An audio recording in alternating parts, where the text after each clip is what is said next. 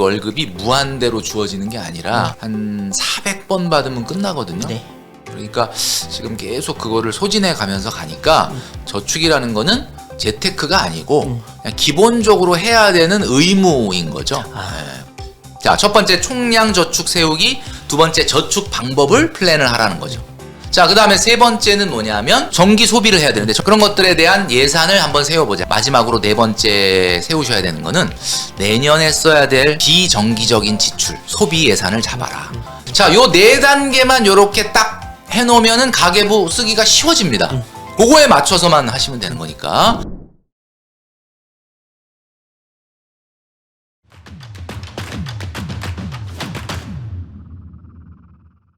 안녕하십니까, 권순장의 브릿지 권순장입니다. 오늘은 장안의 화제 머니 트레이너 김경필 대표님, 저 이제부터 멘토라고 부르겠습니다. 멘토님과 이야기를 나눠 보겠는데, 제가 그 여러 가지 말씀 중에 뼈 때리는 말들이 많았는데 그 제일 밑에 댓글 중에 재밌었던 게 내 월급은 공금이다.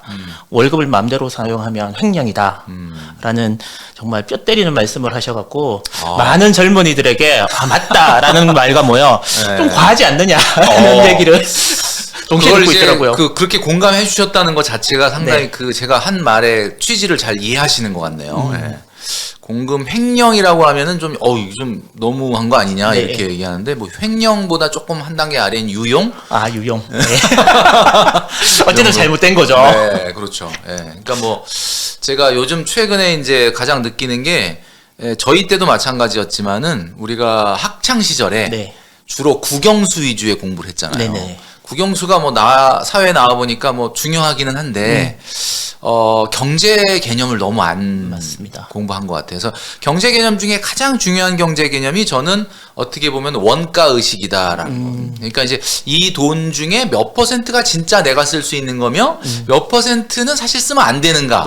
뭐 이런 것들의 개념이 필요한데, 이제 사실 200만 원 정도 버는 알바생이 있었거든요. 근데 그 알바생이 한 카페에서 알바를 하는데, 평상시엔 200만 원, 그것도 아주 풀타임으로 일했을 때 200만 원 버는 거죠. 근데 이제 어머니가 1억 정도를 투자해가지고 카페를 차렸어요. 이제 카페를 차렸는데, 카페 차려서 한 달 동안 정말 열심히 하지 않았겠습니까? 그래서 뭐 자기하고 알바생 한 명하고 막 돌아가면서 열 몇 시간씩 그렇게 하고 한 달 딱 지나 보니까 인건비, 임대료, 뭐 원두, 재료값 뭐 이런 거 다 빼고 나니까 500이 남더래요. 와, 이거 200 벌다가 500을 보니까 느낌이 이거는 뭐 거의 엄청나게 다른 거죠. 그래서 제네시스 GV70을 바로 뽑아버렸어요. 이게 실제 있었던 사례거든요. 근데 사실 제가 봤을 때 그 500만 원이 진짜 본인 거냐? 본인 거는 아니잖아요. 그렇죠. 투자한 사람이 투자한 사람이 1억을 회수를 해야 되는데, 설사 그게 그 알바생의 돈이라고 하더라도 최소한 투자금은 3년 안에 다 회수가 돼야 되니까 평균적으로 280만 원씩 3년을 회수해야 되거든요, 매달. 그렇다고 하면 500만 원에서 진짜 내 돈은 220만 원. 근데 내가 원래 알바를 할 때 200은 벌었으니까. 사실 카페에서 지금 벌고 있는 돈은 실제 증가한 거는 20만 원밖에 없는 거죠. 실제로 일한 시간 비용하면, 그러니까 대비하면 오히려 손해 날 수도 있겠죠. 그렇죠. 예, 그런 개념이 필요하다. 그러니까 직장인들도 요 개념을 그대로 갖고 오면은 아까 이제 그 사업에서 1억을 갈아 넣었기 때문에 500이 나오는 것처럼, 뭐 직장인 여러분들은 혹시 뭐 갈아 넣는 거 없냐? 이렇게 물어보면 글쎄 없는데요. 본인의 젊음과 시간을 갈아 넣고 있지 않냐. 그러니까 사실 제가 왜 공금이라고 말씀드렸냐면, 이 월급이 무한대로 주어지는 게 아니라 한 400번 받으면 끝나거든요. 그러니까 지금 계속 그거를 소진해 가면서 가니까 저축이라는 거는 재테크가 아니고 그냥 기본적으로 해야 되는 의무인 거죠. 그렇게 말하다가 이제 그 얘기를 하게 된 것 같아요. 그 멘토님은 진짜 어쩌면 저보다 연배가 더 많으시니까 뭐 그 당시에는 국영수 뭐 이렇게 하고 학력고사 시대 이렇게 맞아요. 해서 학력고사. 뭐 경제나 이런 것들을 누가 따로 가르쳐 주는 게 전혀 없었죠. 맞죠. 유튜브 채널도 있었던 것도 아니고. 맞아요. 어떤 시점부터 이게 굉장히 중요하구나라고 하게 된 계기나 뭐 이런 것들이 있으십니까?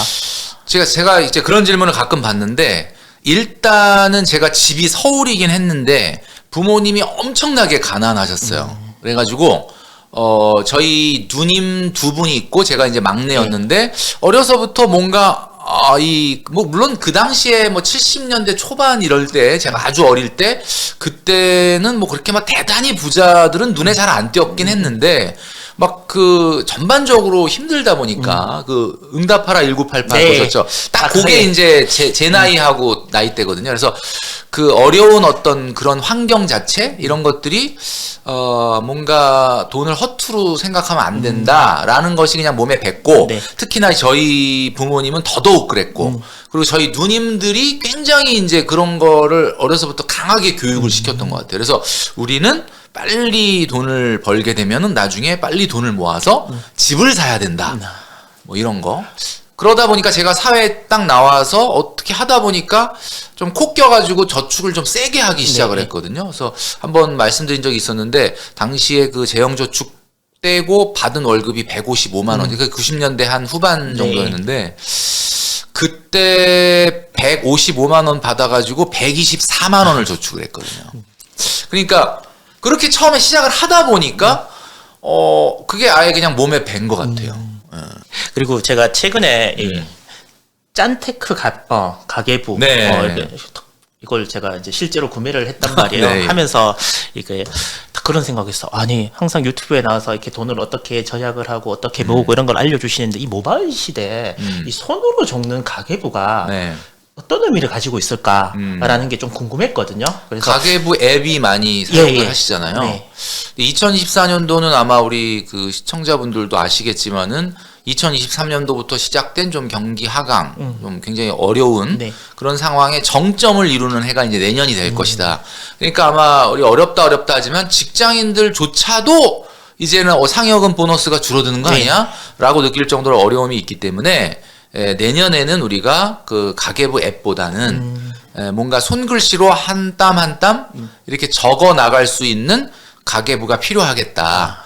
그리고 특히 이제 제가 이제 여기 맨 앞에 소비 MBTI라는 네. 걸 만들었는데, 그 소비 MBTI, 그러니까 자기가 어느 부분에서 소비가 좀 문제가 있는지를 파악을 한 다음에, 그리고 이제 이게 다이어리하고 같이 합쳐서 지금 만든 거예요. 네. 그러니까 뭐 굳이 다이어리들은 또 다 가지고 다니잖아요. 네. 그러니까 다이어리 또 따로 있고 가계부 따로 있고 그런 게 아니라 그냥 다이어리라고 저 그 겉표지만 벗기시면은 그냥 이렇게 팬시한 다이어리거든요. 이렇게 그냥 아무것도 없는. 이렇게 되어져 그렇죠. 이렇게 되는 되어져 거죠. 있습니다. 그러니까 그렇게 해서 1년 들고 다니면서 다이어리 겸 경제 다이어리인 짠테크 가계부.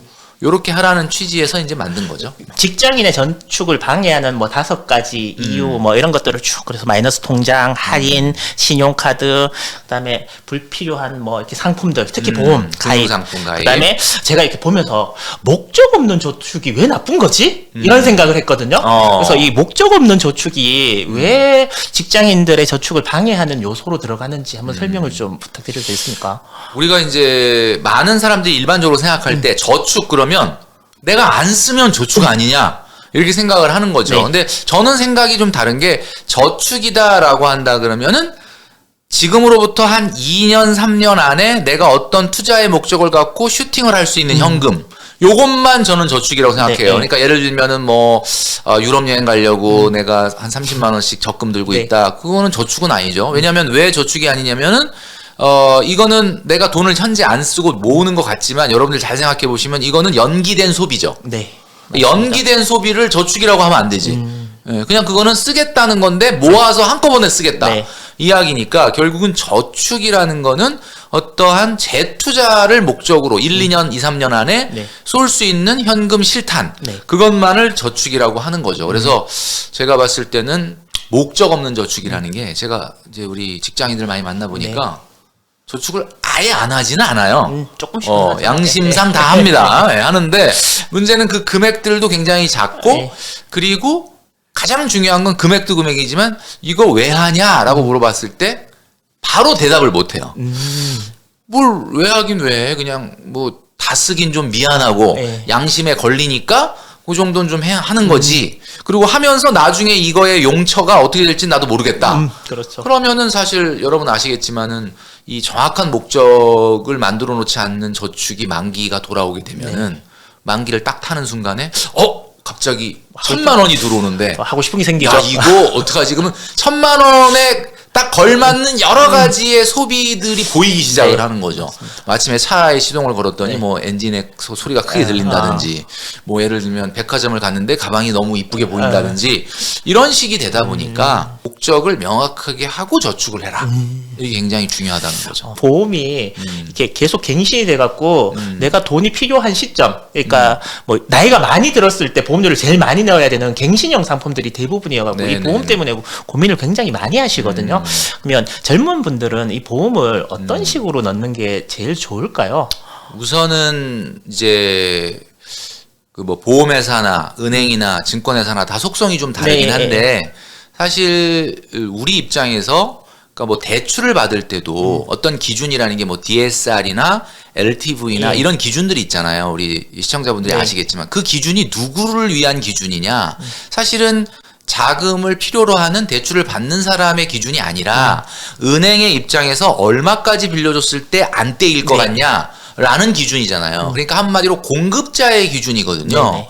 이게 뭐 8%네 10%네 이것도 사실은 이건 공급자인 보험회사가 한 가구당 한 저 정도 가입시키면 좋겠다라는 기준이에요. 솔직히 말씀드리면. 보험이라는 건 어쨌든 비용이기 때문에 되도록이면 줄이는 게 좋겠지만 세상에 보험이 뭐 많아서 나쁠 게 있습니까? 당연히 좋지요. 그러니까 이게 근데 적정성이라는 게 있어야 돼요. 여러분들 아마 운전을 하실 때 네. 운전하시잖아요. 네. 운전하면 딱 타면 안전벨트 하십니까? 안 하죠? 하죠. 요즘 하죠. 소리가 요즘은, 시끄러워 서야 됩니다. 요즘은 안 할 수가 없잖아요. 이게 기본이잖아요. 네. 근데 혹시 헬멧 같은 건 안 쓰죠? 쓸 일이 잘 없죠. 네. 저는 또 머리가 커서 하이바가 맞는 게 없습니다. 그러니까 한마디로 말해서 과잉이라는 거예요. 그러니까 내가 운전을 할 때 헬멧까지 쓴다 그러면 뭐 안전에 당연히 도움이 되죠. 근데 이제 그렇지만 누구도 그걸 하지 않지 않습니까? 그러니까 보험이라는 거는 여러분 생각할 때 개인의 어떤 차이는 있겠지만 차로 얘기하자면 엔진이 아니라 브레이크의 기능인데 소형차에다 대형차의 브레이크를 달 수는 없는 거잖아요. 그러니까 제가 말씀드리는 3% 5%라는 거, 3%에서 5%라는 것을 잘 염두에 두시는 게 대한민국에서의 그 공급자인 보험회사는 되도록이면 보험료가 좀 높은 걸 팔고 싶어 해요. 그런데 이제 순수 보장형이 아니라 나중에 좀 내다가 좀 리턴도 네. 있는 이제 그런 거 말고 조금 순수 보장형으로 찾으시면 보험료를 소득의 3%만 내셔도 엄청나게 보장이 강한 것들 많이 만들 수 있다. 저는 그렇게 말씀드립니다. 맞습니다. 항상 그 대표님께서 뭐 당장 없애야 할 소비 중에 가장 이제 크게 보는 게 차. 특히 뭐 보통은 현실은 한 네. 6개월 정도 네 월급에서 그 정도의 차를 사는 게 맞고 안 사는 게 제일 좋고. 그렇죠. 안 그러면 뭐 9개월 정도까지는 이해해 줄 수 네. 있는데 돌아다니는 제네시스, GV80, 뭐 벤츠, BM, 아우디 이게 다 미친 거다. 라고 이제 말씀을 이제 제가 하시는. 미친 거라고까지는 안 했습니다. 아니, 그러니까- 그분들한테 좀 죄송한데. 아니 좀 이렇게 진짜 이건 꼭 과한 거다. 이거는 과한 건 맞다라고 해주시는데 저도 사실 그런 생각을 하면서도 한편으로 대한민국에서 많은 사람들이 그렇게 하고 있다 그러면 저렇게 함으로써 무언가 얻는 효용이 있기 때문에 그런 거 아닌가. 특히 대한민국은 나무식하는 부분에 있어서 그럼요. 굉장히 중요한 부분인데 네. 이것들이 효용이 있기 때문에 그런 소비가 어느 정도 인정을 받고 있는 게 아닌가라는 이제 반응은- 효용이라는 말씀을 하시니까 이제 효용이라는 게 이제 사실 경제학 용어인데 네. 그 효용이라는 거를 굳이 얘기하자면 대한민국 사회에서는 그 사람이 어느 정도 사회적으로 안정되고 성공하고 능력이 있느냐를 어쩌면 약간 차로 평가하지 않을까라는 어떻게 보면은 그렇죠. 뭐 그게 선입견일 수도 있고 고정관념 뭐 실제 그런 면이 아예 없다고 보기도 어려울 수 있죠. 비즈니스를 하다 보면은 그러면은 이제 이런 생각이 들어요. 그래서 저도 가끔 이제 보면 그러면 누굴 만나러 갔는데 저 사람이 나를 어떻게 바라볼까? 네. 옷이라도 좀 깔끔하게 네. 입고 그리고 좀 그죠? 이렇게 이런 것들 그때 이제 그 손님을 만났는데 그분이 나를 배웅하러 주차장까지 따라와. 아유 괜찮습니다. 아유 이렇게 따라왔는데 내가 차를 딱 탔는데 벤츠야. 네. 그럼 그분이 저 젊은 분이 성공하셨네 이런 약간 느낌? 근데 아무도 주차장에 안 따라오거든요. 요즘 그렇죠. 네. 그러니까 무슨 얘기냐면 굳이 좋은 차를 살 필요가 없고 제가 봤을 때는 좋은 차 키를 사는 게 어떨까.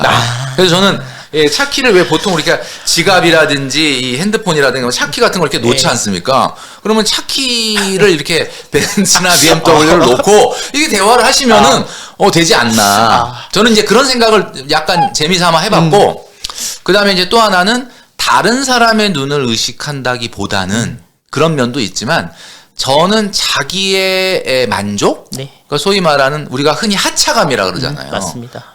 내려서 차에서 내릴 때, 내리고 문을 딱 닫고 이렇게 걸어오다가 한 10걸음 좀 돌아와서 이제 자기 차를 딱 봤을 때, 내가 저런 차를 타는구나, 라는 어떤 만족감? 맞습니다. 이제 그런 건데, 사실 그런 거는 개인의 지극히 뭐 취향이니까 왜 그런 것까지 뭐라고 하냐? 라고 말씀하실 수는 있는데, 제가 이제 조금 조심스럽지만, 지금 대한민국의 신용불량자, 2030 신용불량자가 23만 명을 돌파를 했고, 지금 현재 2030 중에 5명 중에 1명이 잠재 신용불량자라고 합니다. 네. 자, 이게 무슨 얘기냐면, 여러분 아시겠지만, 나의 개인적인 경제의 실패가 개인으로 끝나는 게 아니에요, 이제는. 이게 사회의 문제, 국가의 문제가 될 수도 있거든요. 그래서 너무 과한 것은 좀 문제가 있다. 그래서 제가 그렇지 않습니까? 뭐 어느 정도까지 뭐 제가 9개월 얘기했지 않습니까? 9개월이면요. 9개월까지는 정상으로 본다는 거잖아요. 6개월이 이제 BMI 지수 1이고 1.5까지. 자, 그러면 한번 계산을 해볼게요. 300만 원을 버는 사람이에요. 직장인이에요. 그러면 9개월이면 얼마입니까? 2,700만 원. 2,700만 원이면은 소나타, 뭐 소나타 정도란 말이에요. 요즘 안 될 겁니다. 소나타. 요즘 소나타 아반떼 풀옵션 해야 아반떼 풀옵션인가? 하여튼 제 차가 아반떼거든요. 근데 이제 뭐 풀옵션이 아니라서 잘 모르겠는데 차가 너무 좋아요. 그러니까 제가 이거 현대차 광고는 아닌데 진짜 구름 위를 나는 것 같아요. 아니 이렇게 아반떼가 좋아도 되나 할 정도로 좋아. 그래서 난 깜짝 놀란 게 아니 그러면 제네시스는 도대체 얼마나 좋을까? 타본 적이 없는데 그걸 느꼈거든요. 월급 300인 분이 그렇게 2,700만 원짜리 차를 뽑는 순간 한 달에 유지비가 얼마나 갈 거냐. 제가 정확하게는 계산을 안 해봤지만 100만 원 나갑니다. 무조건. 왜냐하면은 감가되는 것까지 따지면 그럼 이게 안 맞는 거 맞잖아요, 여러분. 그러니까 이게 그러니까 제가 그래서 다 그 기준이라는 거는 나름대로의 유지비라든지 감가 비용을 계산해서 지금 다 말씀을 드리는 거거든요. 그러니까 어떤 분들은 그래. 멘토님이 얘기하는 취지는 너무 알겠는데 나는 차를 너무 좋아하니까 차는 내가 타겠다. 대신에 다른 거 막 얘기하는 거 있잖아요. 뭐 커피 들면 뭐 외식 좀 줄여라. 뭐 이런 거 문화생활 안 하겠다. 이런 건 좀 안 하겠다 그러는데 여러분 솔직히 말해서 차가 있으면 다 나머지 것들이 따라오거든요. 자동적으로 못하게 되는 부분도 있고. 그러니까 제일 큰 덩어리를 안 해야 되는데 맞아요. 소소한 거는 줄이고 큰 건 하고 싶다라는 것들인 거죠. 뭐 여행도 마찬가지인 것 맞아요. 같고. 그러니까 진짜 그렇게 얘기하시는 분들 중에 전 이런 분도 봤어요. 월급이 200만 원인데 BMW 3 시리즈를 뽑은 친구야. 얼마나 차를 좋아하면은 아니 200만 원이 어떻게 BMW 3 시리즈? 근데 이 친구는 그 말을 실천을 하더라고요. 그러니까 자기가 뽑아놓고 안 타요. 관상용 BMW. 예. 일단 뭐 산 거는 잘못이긴 한데 어쨌든 사고 나서 생기는 그 부대 비용을 줄이려고 그렇게까지 노력을 하는 모습을 보니까 뭐 이걸 훌륭하다고 해야 될지는 모르겠지만 일단 막 그 차를 타고 싶잖아요. 네. 소득을 높이십시오.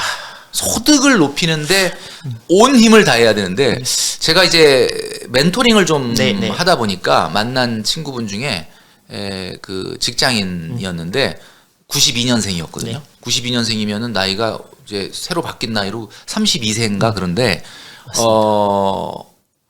이분이 소득이 AI 박사예요. 그래서 월급을 타는데 1,000만 원을 타더라고요. 실수령액이죠. 실수령액이. 제가 깜짝 놀랐거든요. 와 대단하다. 근데 더 놀라운 사실은 뭐냐면 1,000만 원을 타는데 알바를 해. 엔잡을 하는 거야. 그래서 왜 하냐 그랬더니 이거는 자기가 막 돈을 더 벌려고 하게 된 건 아니고 어떻게 부탁이 들어와서 하게 됐다. 그죠? 어쨌든 근데 주말에 또 조금 일을 하는 거잖아. 와 일단 너무 대단하지 않습니까? 일단 차가 없어요. 그리고 이 친구가 한 달에 1,000만 원 넘게 정기 적금을 하거든요. 그래서 이제 저는 이런 생각이 들었죠. 그러니까 우리 직장인들한테 뭐 소득을 높여라, 뭐 이직을 해라, 뭐 이런 얘기를 하면은 내가 뭐 안 하고 싶냐? 그런데 안 된다라고 얘기하는데 여러분 그 월급에다가 자기를 이렇게 한계를 묶어 놓는 것은 아니다. 그러니까 얼마든지 여러분들이 물론 뭐 이게 너무 강력한 극단적인 예를 갖고 와서 설명하는 거 아니냐 뭐 이렇게 얘기할 수도 있는데 뭐 제가 꼭 그 예가 아니라 이렇게 소득이 높은 분도 이제 조금 엔잡도 하고 네. 소득을 높여보려는 노력을 하니까 여러분들의 한계를 월급에 묶어놓지는 않으셨으면 좋겠다 이런 말씀 드리는 거죠. 알겠습니다. 진짜 공감을 되게 많이 하시더라고요. 제가 또 댓글 뭐 최근에 올라온 영상들 다 보고 댓글을 보니까 정말 뼈 때리는 저 맞는 말이다라고 하는데 그 밑에 이제 댓글 중에 가장이겠죠.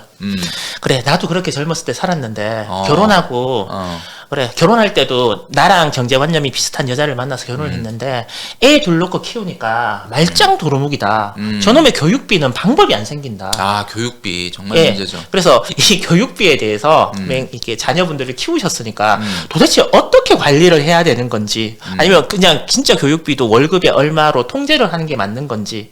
저는 말씀을 머니 트레이너로서 앞으로 이제 아이들을 키우는 분들한테 네. 교육비도 어느 정도 여러분들의 미래와 그 아이 교육을 좀 밸런스를 맞춰서 어느 정도로 좀 제한하고 통제하라라고 말씀드리고 싶어요. 아이. 그런데 그 컨텐츠는 아직 안 만들었거든요.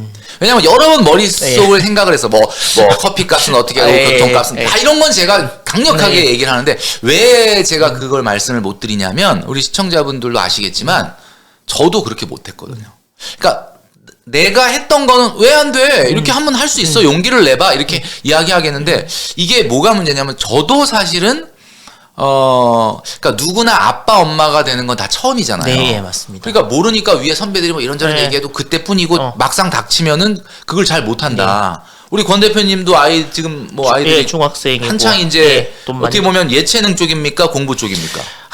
제가 봤을 때 예체능으로 가야 되는데 그래요? 공부로 계속 밀어놓고 있으니까 속이 다 들어가고 있습니다.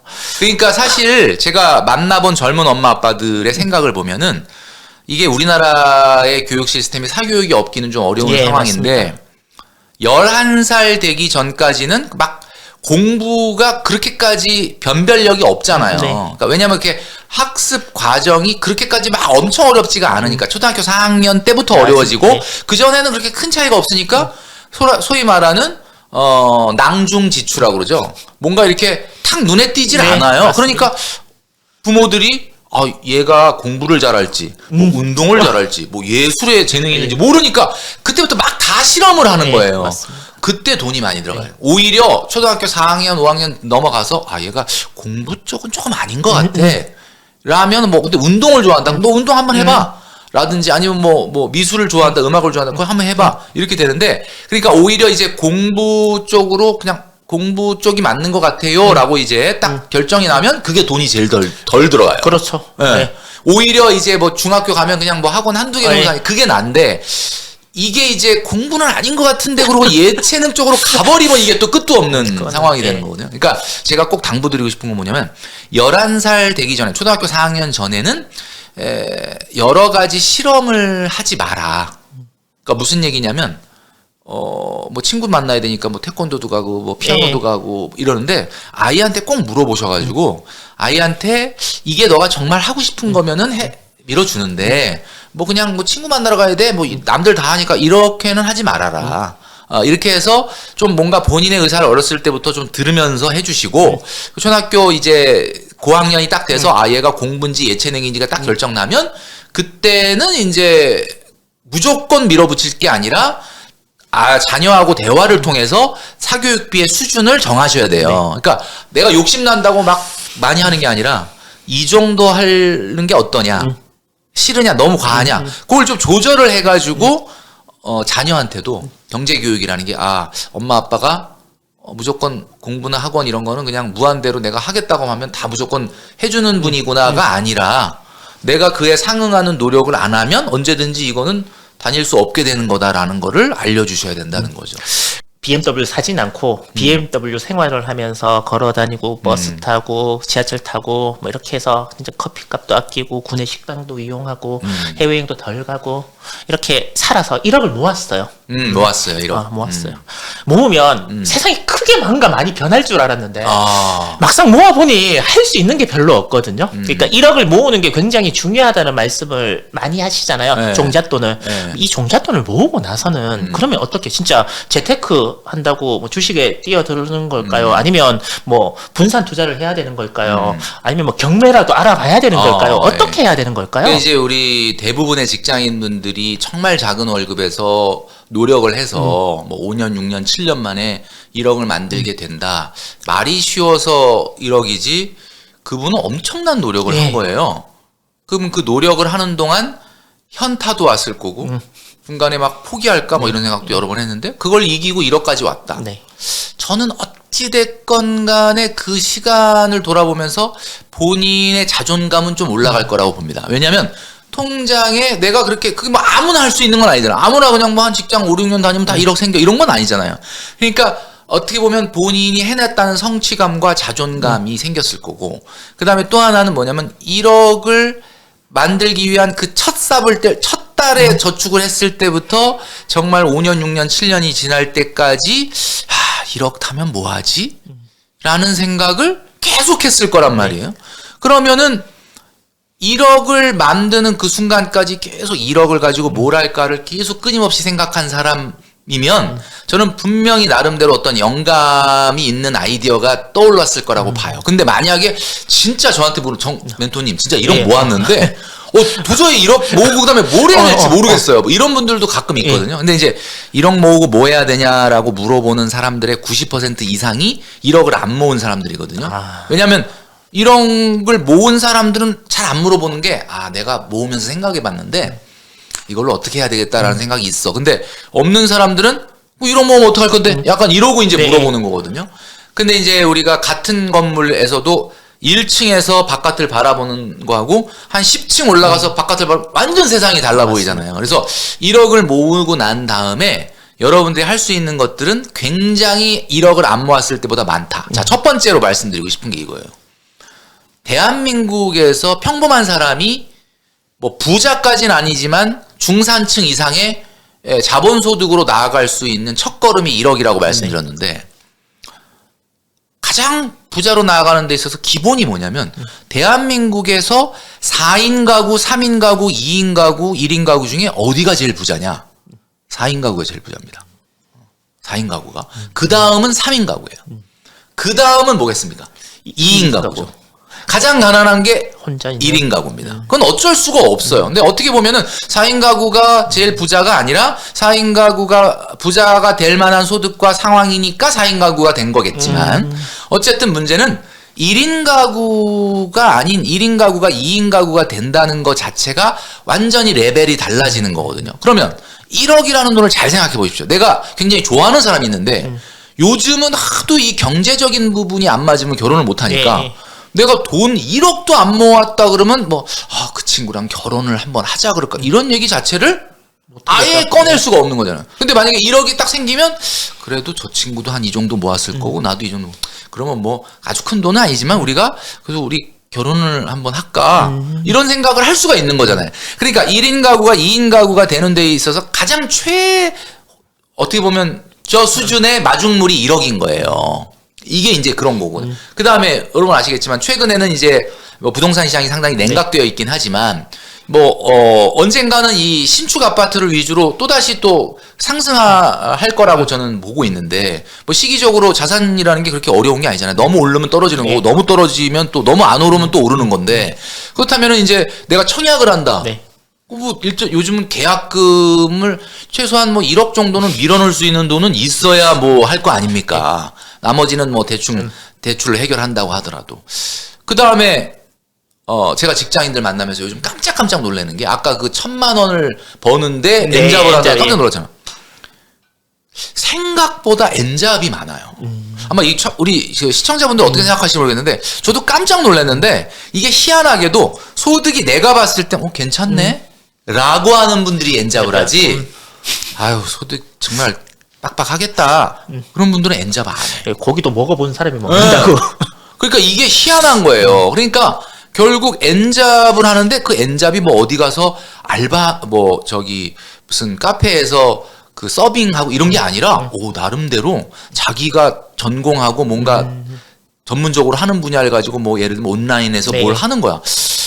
와 훌륭하다. 근데 그걸 사업으로 좀 키우고 싶다 이거야. 직장 다니면서. 네. 그래도 사업 자금 1억은 필요합니다. 제가 지금 한 두세 가지만 얘기했는데 네.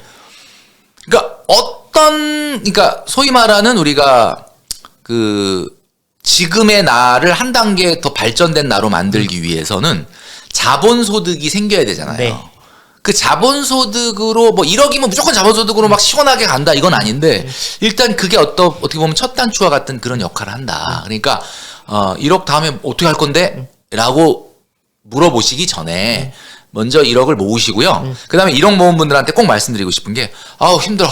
야 내가 이거 모으느라고 내가 한 달에 153만 원을 그럼 이제 1억을 딱 모았으니까 이거 갖고 말씀하신 대로 뭐 일부 이제는 조금 뭐 주식과 같은 네. 위험 자산에도 약간 분산 투자를 하고 뭐 예금 적금도 네. 하고 뭐 좋은데 그러면 하던 저축은 멈추면 안 됩니다.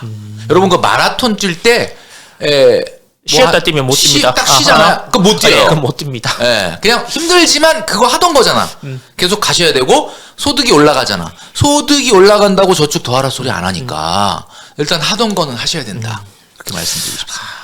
알겠습니다. 그럼 1억 모으고 나서 이자 정도로 맛있는 거 한번 먹는 건 괜찮겠죠? 당연하죠. 네, 그 정도의 제가 저희 유튜브에서 한번 말씀드렸는데 제가 우리 구독자들하고 저도 이제 뭐 예전만큼보다는 저축 비율이 높진 않지만 지금 적금을 많이 하고 있는데 이번에 이제 올 여름쯤에 그 제가 이제 어떤 내용을 설명을 하다가 저축은 반드시 본인한테 주는 리워드가 들어있어야 된다. 그렇게 얘기를 하면서 네. 제가 시범을 보이겠다. 네. 소득이 좀 높은 우리 구독자분들은 따라해라. 네. 그리고 264만 원짜리 적금을 들었거든요. 네. 근데 나도 이걸 하면서 야 근데 264만 원을 할 수 있을까? 이랬는데 264만 원을 하는 이유가 뭐냐면 그게 3년 후에 1억을 타는 거예요. 그러면 내가 3년 후에 월드컵 북중미 월드컵을 보러 가려고 지금 계획을 하고 있는데 북중미 월드컵 보러 가려면 최소한 500에서 한 700 이 정도 들거든요. 그럼 500에서 700 정도를 나한테 보상을 하려면 얼마 모아야 되느냐? 1억은 모아야 된다. 1억은 모아야 내가 그걸 경비로 쓸 수 있다. 그래서 3년 후에 2026년 6월 11일 날 북중미 월드컵 개막일 날 타는 이게 적금인데 1억이란 말이에요. 근데 지금 제가 엊그제 넣은 것 같은데 15 그러니까 지금 지난주 금요일 날 7번째가 납입이 됐어요. 그러니까 나는 그거 납입하면서 월드컵이 얼마나 남았는지를 알거든요. 이제 29개월 남은 거예요. 여러분 그렇게 본인을 위한 보상이 들어가 있는 저축을 설계하십시오. 최근에 제가 잡지 인터뷰인 걸로 봤는데 인터뷰를 보다 보니까 장기 투자를 하면 반드시 망한다. 그래서 이게 이렇게 좀 자극적으로 쓰려고 그쪽에 쓴 건지 아니면 그러니까 실제로 이렇게 말씀을 하신 건지. 그러니까 사실 제가 이제 머니 트레이너 돈줄남으로서 이제 직장 생활을 포함해가지고 지금 거의 한 25년 이상 경제 활동을 했는데 그럼 멘토님은 뭐 주식 투자를 전혀 안 하냐 이렇게 하는데 안 하지는 않고요. 그 이제 제가 개인적으로 주식 투자를 하면서 나름대로 이제 주식 시장의 상황을 파악을 했을 때는 개인 투자자들이 전문적인 어떤 그 지식과 경험을 가지고 전업 투자자처럼 하지 못하는 환경에서 과연 장기 투자가 효용이 있느냐라고 봤을 때는 저는 이제 이건 뭐 개인적인 의견입니다만 장기 투자보다는 그냥 메뚜기 뛰듯이 저는 막 좋다 그럴 때는 숟가락을 얹고 어느 정도 먹었다 수익이 났다 그러면 그냥 무조건 빼거든요. 그래서 제가 이런 방법으로 그동안 계속 해왔기 때문에 뭐 어마어마한 수익도 없었지만 이런 손실이 없었던 그래서 저는 이제 그걸 많이 권하는 편이에요. 그래서 이게 이제 주식 투자라는 게 에너지를 많이 소모하게 되다 보니까 할 때만 하고 안 할 때는 뒤도 안 돌아보는 그래서 제가 이제 최근에 같은 경우는 2021년도 1월 26일 날 주식을 다 팔았거든요. 그 이제 그때 1월 26일 날 팔았을 때 팔고 나서도 사실은 코스피는 뭐 거의 한 4, 5개월 이상 더 올랐고 그다음에 이제 뭐 S&P 500은 그거보다 조금 더 올랐고 그랬지만 저는 무슨 생각을 하냐면 그럼 내가 그거 못 모은 거에 대해서 막 아쉬워라기보다는 그 전에 또 상당히 어느 정도 수익을 봤기 때문에 그걸 현금화하고 그다음에 이제 장이 한번 굉장히 좀 출렁이거나 그 2020년도에 코로나 이후에 생겼던 어떤 그런 그 시장의 어떤 큰 붕괴가 같은 것이 있으면 또 내가 한번 해야 되겠다라는 네. 생각을 했는데 그 전까지는 뭐 특별한 그런 어떤 순간을 포착을 못했기 때문에 네. 지금까지 이제 주식 투자를 안 하고 있는 거죠. 그러니까 그리고 이제 아무래도 최근은 우리 시청자분들도 미국 해외 주식을 많이 하시지만 과거에 이제는 사실 거의 국내 주식밖에 안 네. 했거든요. 근데 이제 제가 국내 주식을 2013년도 그러니까 지금부터 정확하게 10년 전에 증권사에서 이거는 무조건 우량주니까 보유해라 네. 라고 해갖고 그냥 뭐 핏대를 세워가면서 네. 추천하던 주식이 10개가 있거든요. 그 10개가 여러분들도 다 아시는 뭐 S전자, 네이버, 현대차, 포스코 뭐 이런 것들이에요. 이제 최근으로 뭐 10월 종가 기준으로 제가 한번 10년 수익률을 네. 뽑아봤더니 6개 정도가 플러스고 4개는 마이너스더라고요. 그래서 어떻게 10년을 투자했는데 마이너스가 나오지? 그것도 우량주라고 네. 이렇게 얘기하는 걸. 그런데 이제 여기에 인플레이션을 한 평균 2.5%로 잡아서 10년을 계산을 해보니까 딱 S전자하고 네이버 빼고는 다 마이너스예요. 그러니까 우리 이제 시청자분들이 물론 이게 뭐 한국 주식이라서 국한돼서 그런 거 아니냐 뭐 이렇게 얘기하실 수도 있지만 사실은 불과 몇 년 전만 해도 국내 주식이 주식이었거든요. 그러니까 여러분 잘 보시면은 이 주식이라는 게 반드시 성장하고 시간이 지난다고 오르는 건 아니다. 그러니까 장기 투자에 대한 생각이 머릿속에 있는 네. 분들은 아 이거 어쨌든 우상향하는 거 아니야? 라는 생각이 있는 거거든요. 근데 사실 아시겠지만은 주가라는 거는 기대분의 결과값이기 때문에 혹시 결과값은 어쨌든 결과값이야 성장을 하죠 당연히. 근데 문제는 기대값이 결과값보다 조금 더 빨리 성장을 해서 빨라지면은 주가는 기업이 절대적으로 성장을 함에도 주가가 빠질 수가 있어요. 그래서 여러분들이 보시기에 장기 투자를 저는 권하는 스타일은 아니고 주식 투자를 하려면 네. 어느 정도의 자본을 모은 상태에서 분산 투자를 하되 그것을 좀 장의 큰 흐름을 보고 그러니까 우리가 흔히 뭐 가치 투자 그러는데 솔직히 말씀드리면 지금 현재 장세에서는 가치 투자라는 걸 하기는 좀 사실 좀 어려운 상황이다. 그러니까 시장의 흐름을 보고 할 때 열심히 하고 안 할 때는 좀 뒤도 돌아보지 않는 그래서 항상 우리가 얘기하는 주식 시장의 격언이 있지 않습니까? 뭐 무릎에서 사서 어깨에서 팔아라. 근데 이게 저는 어려운 말인 것 같지만 저는 실제 그렇게 진짜 합니다. 그래서 여러분 너무 욕심을 부리지 말고 아우 이 정도 수익 났으면 이건 뭐 진짜 감지덕지지하고 현금화하고 저는 또 기다려 본다든지 뭐 기다려서 또 좋은 찬스가 오면 다행인데 요번처럼 이렇게 기다리겠다 해놓고 2년을 지금 아무것도 못하게 되는 상황이 될 수도 있겠지만 매일 경기를 매일 보는데 주말에 이제 신간 이렇게 소개하는 데 있는데 2000년생이 온다라는 책이 나온다. 또 시리즈구나 또. 예, 뭐 같은 작가인지는 잘 모르겠는데 네. 그 작가가 이런 말 제가 이제 80년생이거든요. 80년생들의 가장 큰 이제 경제적 그러니까 머릿속에 대뇌어져 있는 건 IMF. 90년대생은 2008년도인가 그 금융위기. 그 다음에 그러면 2000년생들은 뭐냐? 라고 하니까 2000년 후반대, 2010년대쯤에 왔던 급격한 자산 상승. 그러니까 코인이었던 거예요. 그런 어떤 강한 인상적인 것을 그러니까 인상받은 이제, 거예요. 그러니까 이제 뭐 저희 세대는 그래도 뭐 아껴 쓰고 이런 것들이 많은데 지금 2000년생은 야 그렇게 해보면 뭐 하는데 그렇죠. 내 친구의 친구 이게 항상 제가 코인의 문제는 그거라고 생각해요. 친구의 친구, 내 친구의 아는 걔는 뭐 이렇게 해서 내 주변에서 일어났던 왜 동년배들에 있어갖고 몇백억대 재산가가 됐더라라고 하니까 막 아껴 쓰라. 결국 그렇게 해서 대한민국에서 내가 부자가 될 수가 없는데라고 하는 약간 사회적인 현상을 탓하는 사람들이 또 굉장히 많더라고요. 우리나라에서는 이제 안 돼.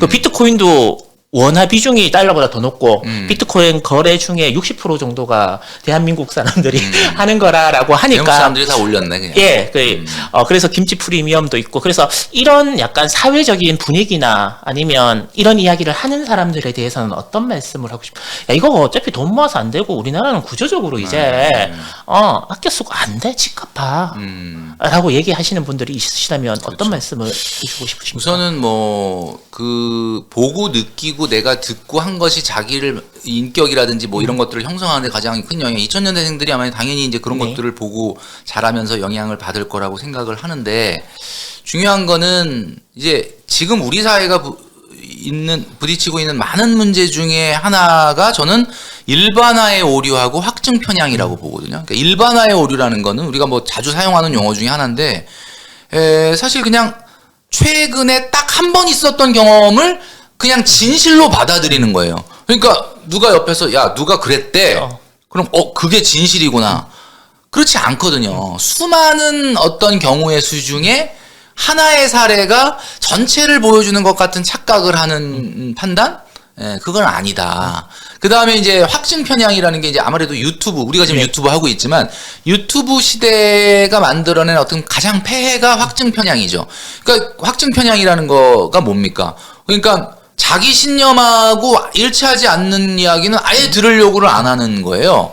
그러니까 옛날 같은 경우는 정치권에서도 상대방 얘기하는 얘기 듣고 아 그래? 나는 그렇게 생각 안 하는데 하면서 이제 뭐 어떤 토론이 있고 또 뭐 어떻게 보면 협치가 있었는데 지금은 무조건 반대파야? 그럼 얘기 안 들어. 그러니까 반대파가 뭘 주장하는지도 몰라요. 그냥 무조건 그냥 이거 그러니까 이런 것들이 아무래도 강해지다 보니까 무슨 이야기가 잘 전달이 안 되고 메시지가 이렇게 되는 것 같은데 이게 우리가 흔히 하이 리스크 하이 리턴이라고 하지 않습니까? 하이 리스크 하이 리턴.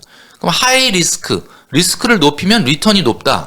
그 뜻이 아니고 그러니까 하이 리스크라는 것은 리스크를 높이면은 리턴이 높아질 가능성도 생긴다. 이렇게 받아들여야 되는 거거든요. 그러니까 우리가 이제 어머님들 그게 이제 우리 2000년대생들이 갖고 있는 태생적인 공포감이에요. 공포감. 그러니까 이 공포감 누가 또 갖고 있냐면 아이를 키우는 중학교 입학하기 전에 아이를 키우는 모든 부모들이 다 갖고 있어요.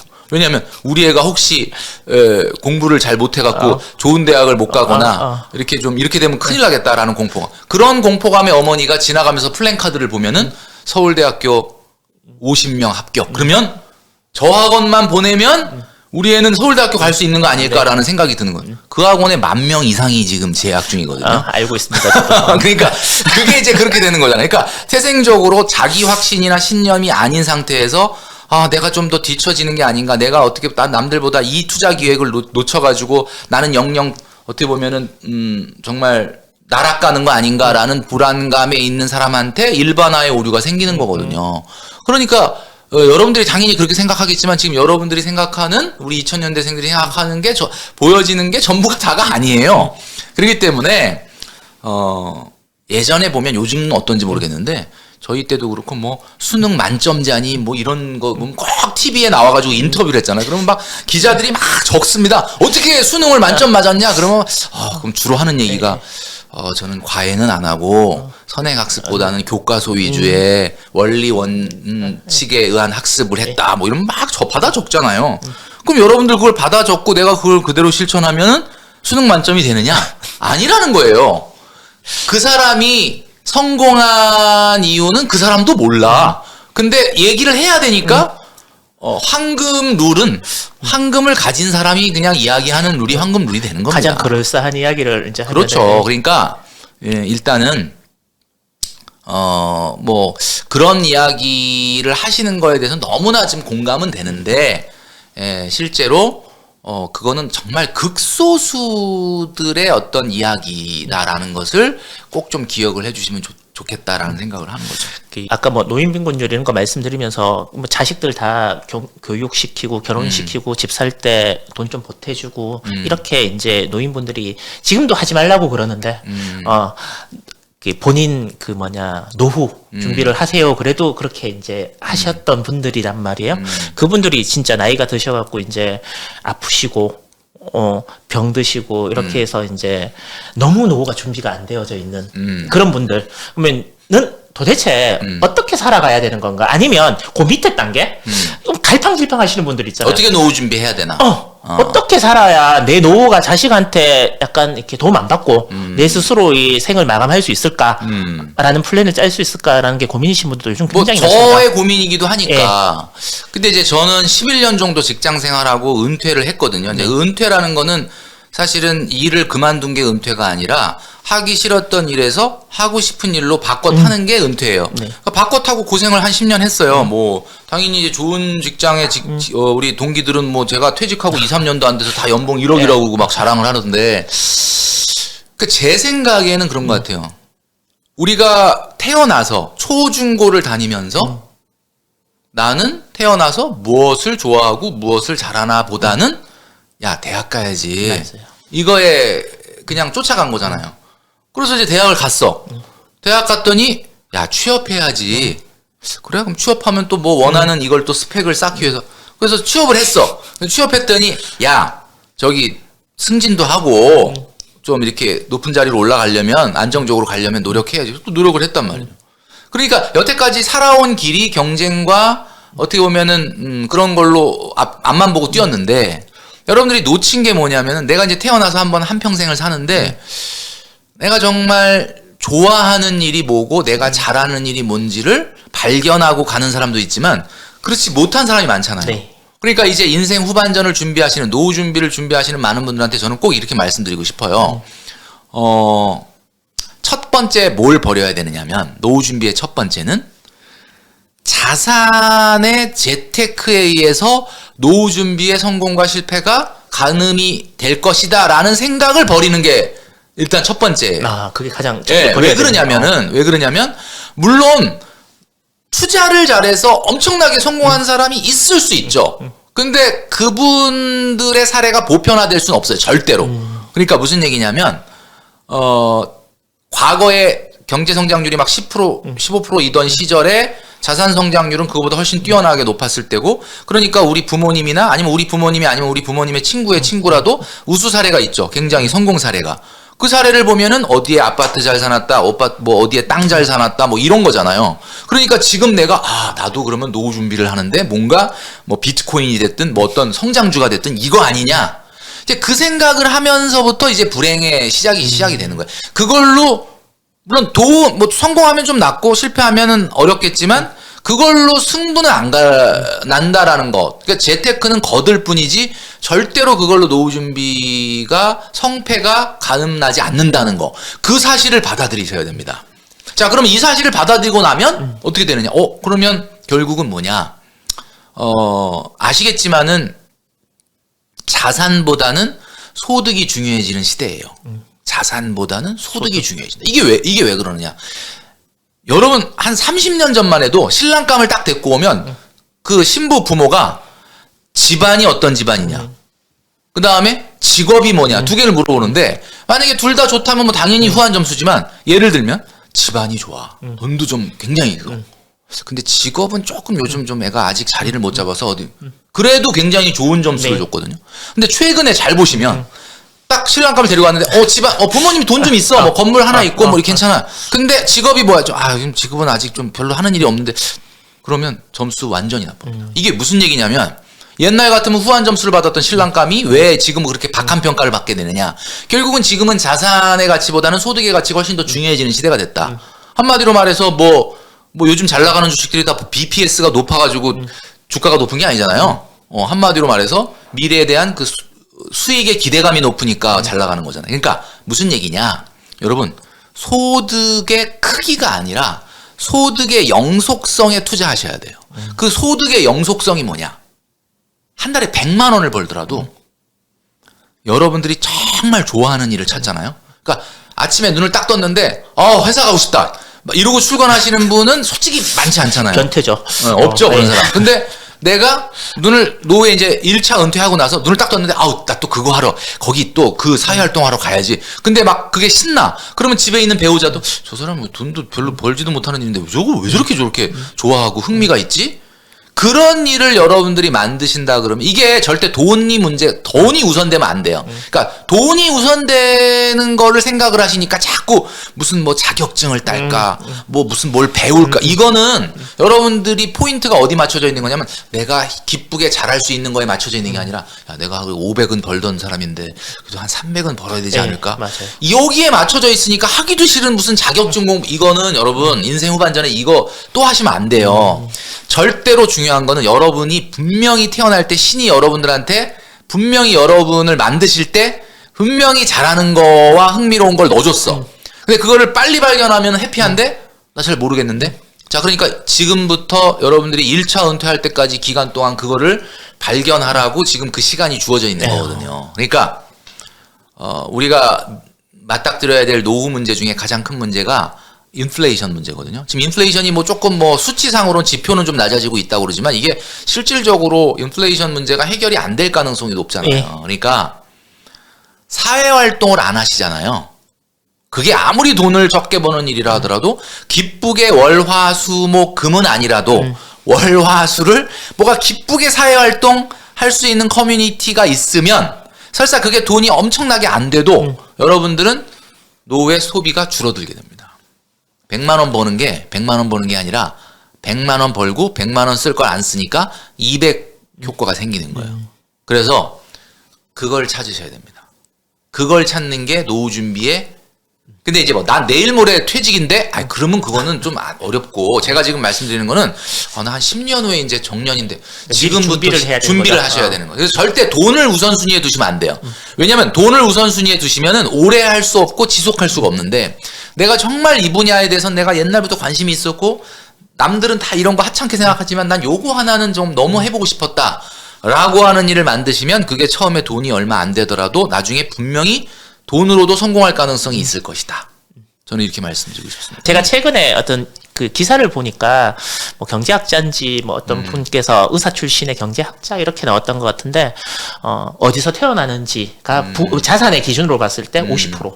대한민국이 태어나면 50%, 그 다음에 부모님의 DNA가 뭐 한 20, 30%, 그 다음에 환경, 주변의 환경이 10%, 그래서 한 80% 정도는 운의 영역이다. 라고 얘기를 했는데 저는 사실 보면서 고개 끄덕끄덕 거리는 사람이거든요.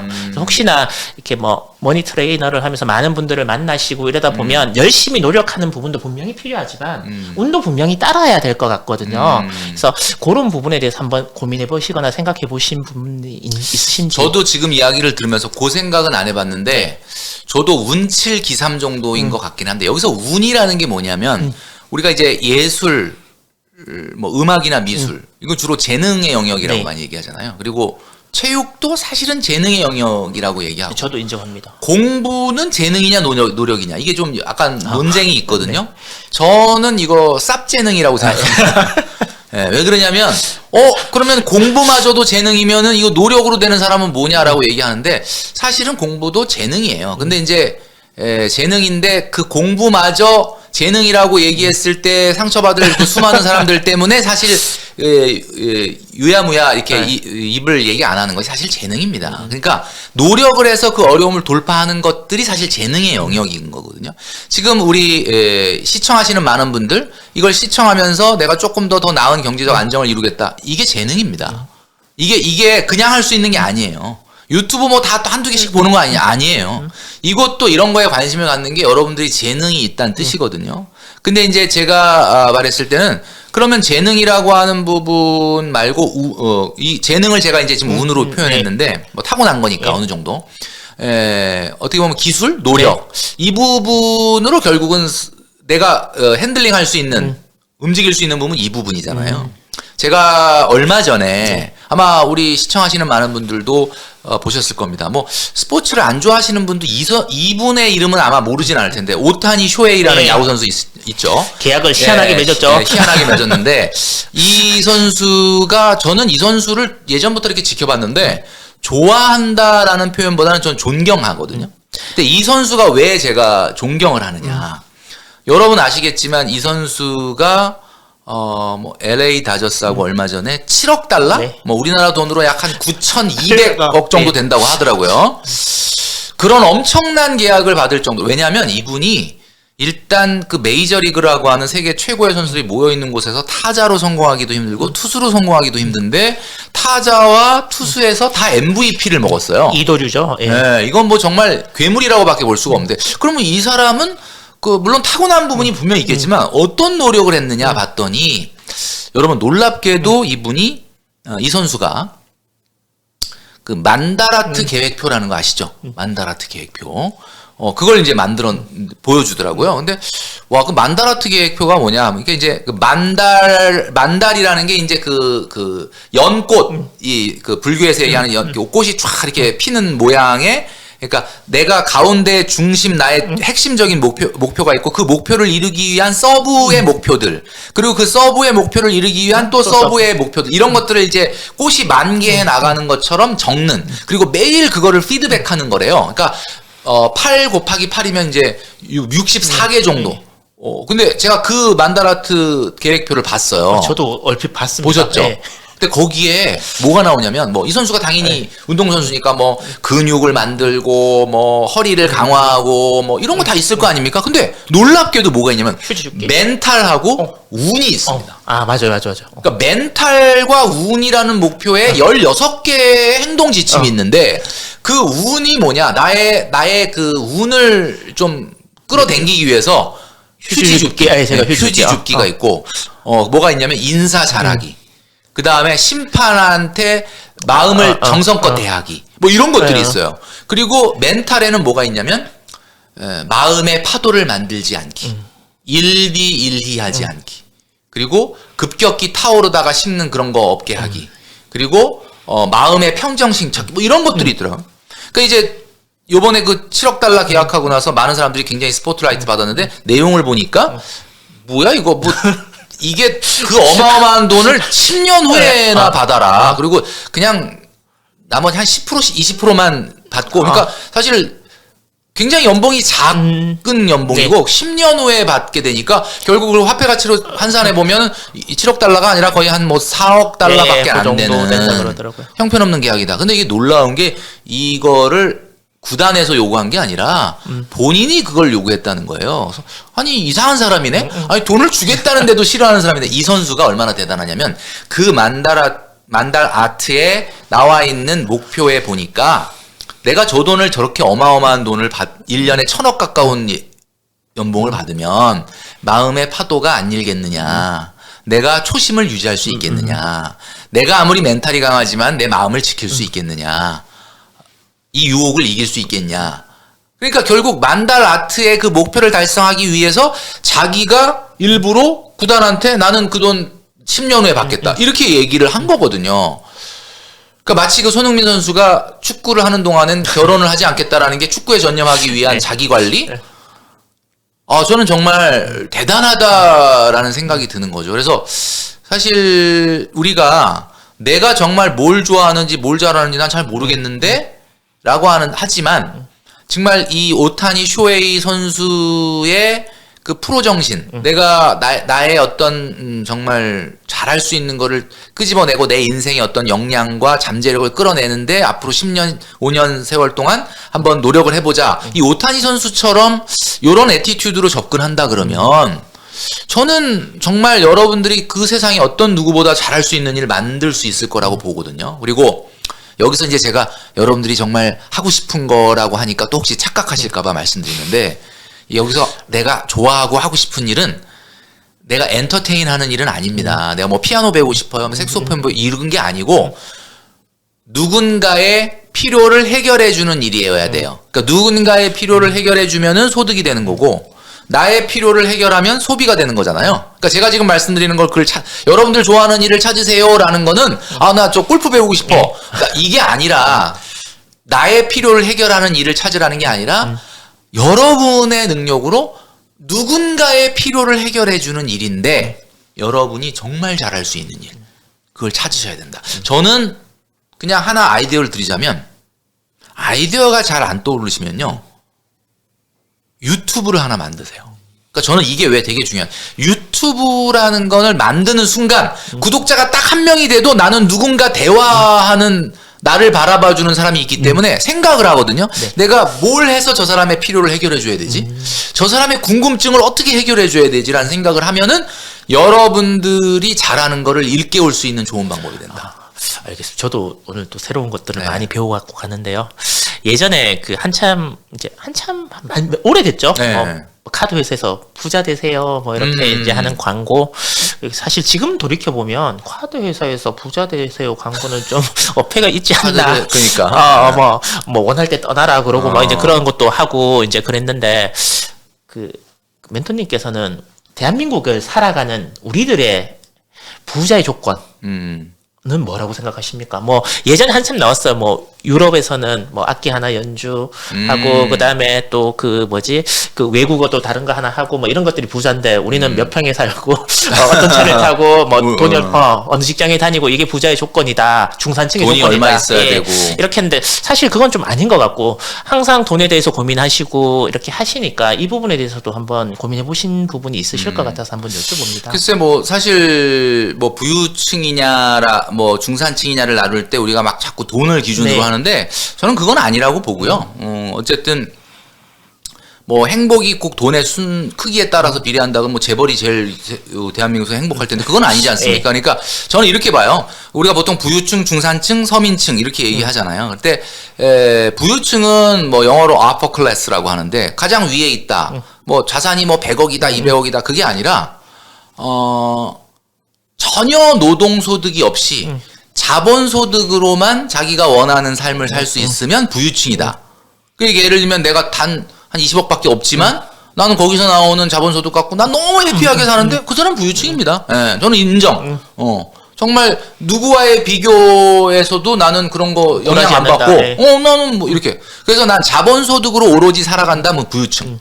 자, 중산층은 미들 클래스라고 하는데 중산층은 뭐냐면 노동소득이 있어요. 근로소득이 있는데, 노동소득이 있는데 거기에 자본소득이 또 있어. 근데 어느 정도냐면 내가 1년 정도를 안식년, 나 일을 안 해도 돼. 나 1년, 나 그냥 쉴래.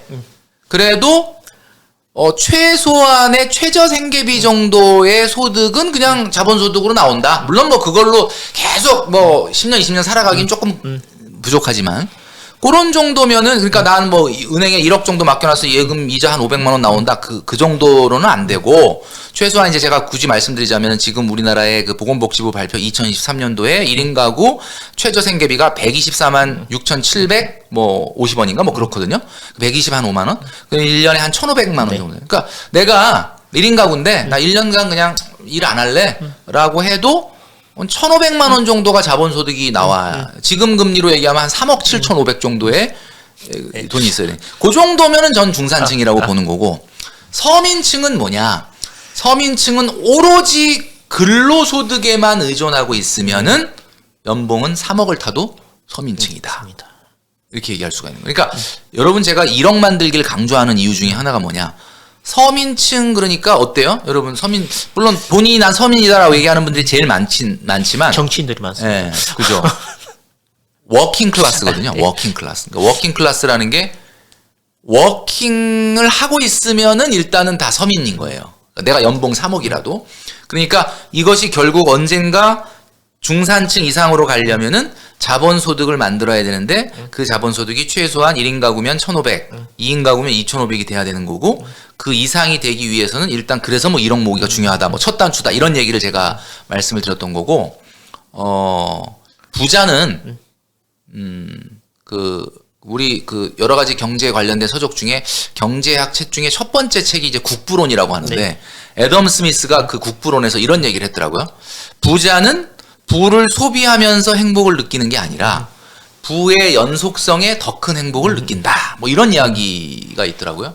그러니까 자본소득만으로 생활하는 정도 수준으로 올라가면 내가 그 돈을 꼭 써야 맛이 아니라 내가 이런 돈이 있어. 근데 뭐 이것도 할 수 있고 저것도 할 수 있지만 뭐 일단은 내가 지금 아직은 쓰고 있지 않지만 나는 그런 가능성을 갖고 있어. 라고 하는 그 어떤 마음이 아닐까. 그런 생각을 하는 거죠. 알겠습니다. 제가 사실 항상 유튜브 채널로 이렇게 보면서 이렇게 보면서 하고 의구심이 있었던 부분이 있거든요. 맨날 아끼라 그러고 언제 부자가 돼라고 했는데 막상 이야기를 나눠보니까 많은 부분이 해소가 되고 네. 또 우리 머니 트레이너님한테 또 내가 궁금한 것도 이제 여러 가지 막 찾아서 아니면 또 여기 댓글이나 이런 거 달리면 또 보고 다음에 또 한번 모셔야지라는 생각들이 이제 계속해서 든단 네. 말이에요. 다음에 혹시 또 기회가 되면 그럼요. 예. 그리고 이제 연말이고 이러다 보니 항상 요때쯤 되면 뭐 ISA든 뭐든 다 이렇게 알고 있어야 돼. 뭐 이제 금융 상식 이런 것들을 이야기하잖아요. 꼭 기억하고 놓치지 말아야 될 부분들이 있다 그러면 한 번쯤 저희 시청자분들께 좀 알려주시겠습니까? 연말에 이런 것들은 좀 준비를 한번 해봐라, 체크를 해봐라.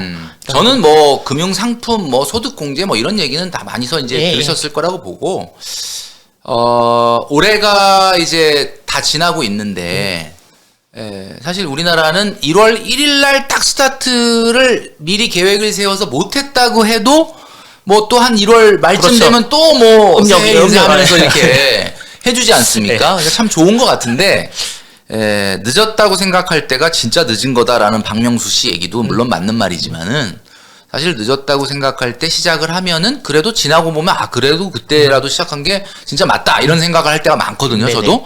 그러니까 반드시 4가지는 이 여러분 다이어리에다가 기록을 하고 2024년도를 시작하자. 그 4가지가 뭐냐 하면은 내년에 받을 소득을 예상을 해봐야 되는 거예요. 그러니까 우리 직장인들은 이거 뭐 예상하기 쉽죠. 내년도에 임금 연봉. 인상분에다가 근데 뭐 올해 성과가 안 좋아서 뭐 보너스나 향연은 좀 줄 수는 있겠는데 하여튼 대략 예상을 하면 내년에 받아야 될 총액 소득이 있지 않습니까? 자, 그 소득에서 첫 번째는 뭐냐면 4가지를 꼭 기록을 해보라 했잖아요. 첫 번째는 이 중에 얼마를 세이브할 건지 총량 저축 계획을 세우라는 거예요. 요거 뭐 진짜 잘 생각해서 한번 해보시면 좋겠다는 거예요. 그 다음에 두 번째는 자, 그 총량 저축을 하자라고 했는데 그거를 뭐 펀드에 투자형으로 할지 아니면 적금 뭐 금리형으로 할지 아니면 나는 보너스가 나오니까 왕창 보너스 나왔을 때 예금 넣고 적금은 조금 넣을지 아니면 나는 그런 거 필요 없이 그냥 항상 똑같은 적금을 할지. 자, 저축 방법을 정하는 게 두 번째. 자, 첫 번째 총량 저축 세우기, 두 번째 저축 방법을 플랜을 하라는 거죠. 자, 그 다음에 세 번째는 뭐냐면 자, 그러면 내가 총량 저축과 저축 방법을 세웠다는 건 뭐야? 내가 쓸 돈은 딱 정해져 있는 거죠, 이제. 그럼 그 돈 가지고 정기 소비를 해야 되는데 정기 소비 뭡니까? 여러분들 매달 쓰고 있는 교통비, 통신비, 또 뭐 예를 들면 대출 이자, 뭐 이런 기타 이런 것들 나가는 거 있고 그다음에 연동비는 뭐예요? 뭐 문화생활비나 쇼핑비나 또 뭐 외식비나 이런 거 있잖아요. 그런 것들에 대한 예산을 한번 세워보자. 그러니까 뭐 예산이 정말 우리 가계부를 쓰려면 있어야 되는데 꼭 뭐 맞아떨어지지 않는다 하더라도 내 머릿속에는 있어야 되거든요. 그래서 그걸 세우시고 마지막 4번째가 뭐냐면 항상 내가 하던 저축을 끝까지 가지 못하고 포기하게 되는 이유는 뭐 평상시에 쓰던 교통비나 외식비나 쇼핑비 때문에 문제가 되는 게 아니고 대부분은 갑자기 생기는 이벤트. 맞습니다. 그러니까 마지막으로 4번째 세우셔야 되는 거는 내년에 써야 될 비정기적인 지출, 소비 예산을 잡아라. 비정기적인 소비 예산이라는 게 뭡니까? 명절, 여행, 이벤트, 자동차, 뭐 보험료 같은 거, 세금, 그 다음에 뭐 겨울 월동 준비, 뭐 이런 어떤 특정한 시즌에만 나가는 돈들, 그런 것들을 얼마를 쓸 건지. 자, 요 4단계만 요렇게 딱 해놓으면은 가계부 쓰기가 쉬워집니다. 그거에 맞춰서만 하시면 되는 거니까. 자, 올해 가고 2024년도 맞이하기 전에 하면 제일 좋고요. 뭐 설사 조금 뭐 늦었다 하더라도 지금 2024년도 이 영상 보시고 있는 2024년도 벌써 밝았는데 늦은 게 아닙니다. 지금이라도 꼭 한번 해보시면 좋겠다. 그리고 방금 말씀하신 거는 여기에 보시면 정말 맞아요. 안에 알차게 잘 적게 되어져 있습니다. 이 이렇게 아까 제가 서두에 처음에 시작할 때 여쭤봤던 게 손으로 적으면 뭐가 달라요라고 하면 적으시면 확 와닿는 게 있습니다. 맞아요. 이게 손으로 이렇게 치는 거랑 맞아요. 이 손으로 적는 거랑은 확실히 그 느낌이나 느낌이 다르죠. 와닿는 게 확실히 다르니까 제가 오늘 멘토님을 만나갖고 얘기를 들었을 때 유튜브에서 보는 거랑 또 실제로 만나 뵙고 네네네. 듣는 거랑 느낌이 확 다르듯이 네, 맞아요. 이 다른 느낌이 여러분들께도 좀 많이 전해줬으면 하는 그런 시간이었습니다. 네. 아무튼 추운 겨울 한 해가 마무리되고 있는데요. 감기 조심하시고 또 이런 계획 잘 세우셔서 내년부터는 진짜 단단하게 여러분들이 이렇게 저축이나 아니면 재테크가 완성될 수 있도록 그렇게 준비하시는 그런 시간 보내셨으면 좋겠습니다. 긴 시간 감사합니다. 네, 감사합니다. 고맙습니다.